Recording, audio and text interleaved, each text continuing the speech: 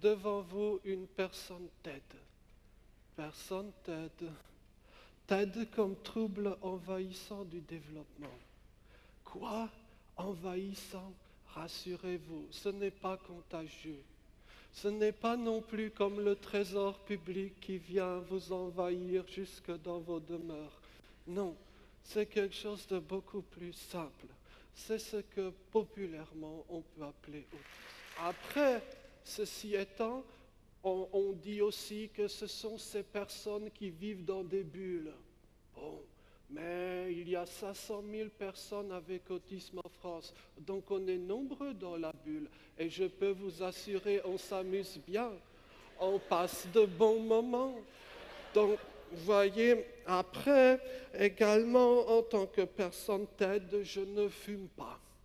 Pas forcément pour des raisons philosophiques, mais simplement, comment voulez-vous aller acheter du tabac?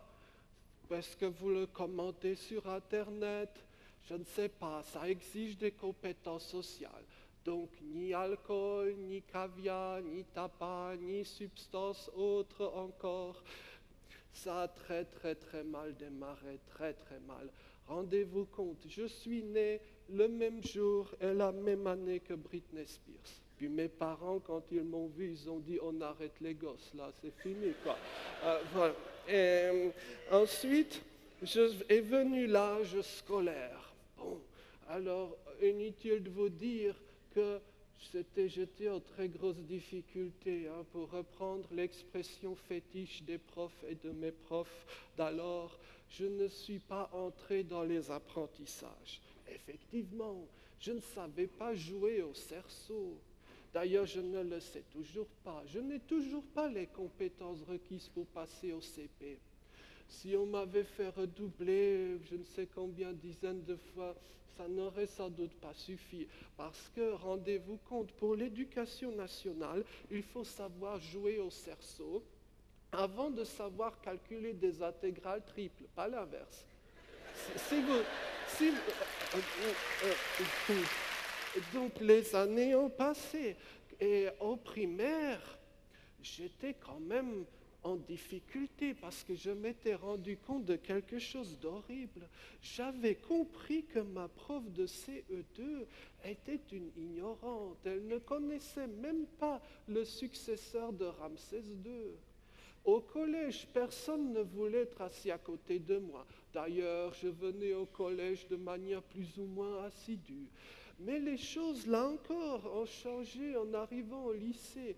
Curieusement, et j'ai mis du temps à comprendre, certains souhaitaient être assis à côté de moi, notamment avant les contrôles de maths.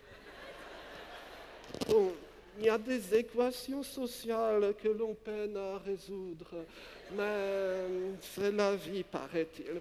Donc, encore un peu plus tard, maintenant, je suis quasiment libre. J'étudie pour le plaisir. J'ai choisi mes cours et ça, c'est bien. Donc, j'ai assisté pendant un certain temps à des cours de vieil éthiopien.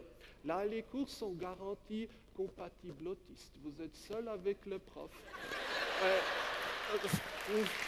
Soit dit. Donc, également, je souhaitais dire une chose, c'est que on parle maintenant de scolarisation des enfants autistes. C'est très bien, il faut le faire. Mais ceci étant, je tiens à dire une chose. Je connais nombre d'enfants non autistes qui auraient besoin d'adaptation à l'école.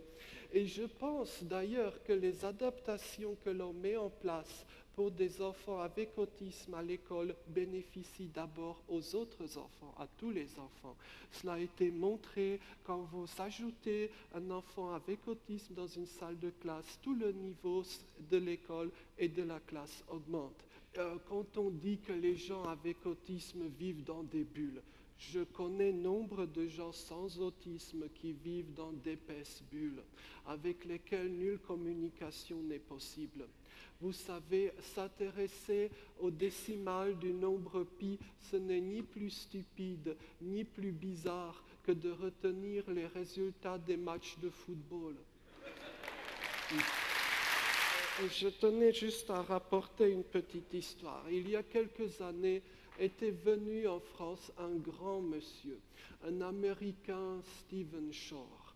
Et donc, lui, quand il était jeune enfant, les médecins de l'époque, dans les années 60-70, les médecins américains étaient à peu près aussi compétents en autisme que les médecins français aujourd'hui. Et donc, il prédisait aux parents, certains parents ont un chien à la maison, vous aurez cet enfant. Les années ont passé, le petit Steven est devenu grand. Bah oui, les enfants autistes deviennent adultes autistes. On l'ignore parfois, mais c'est comme ça. Et donc les années ont passé. Maintenant, Steven est prof à l'université de Boston. Et quand il était venu en France, à la fin de sa conférence, une personne avait posé une question. Monsieur Shore, vous êtes marié, pourquoi vous n'avez pas d'enfant? Et lui, il a répondu, ma femme et moi avons décidé de ne pas avoir d'enfant parce qu'il y avait un risque qu'il ne soit pas autiste. Merci.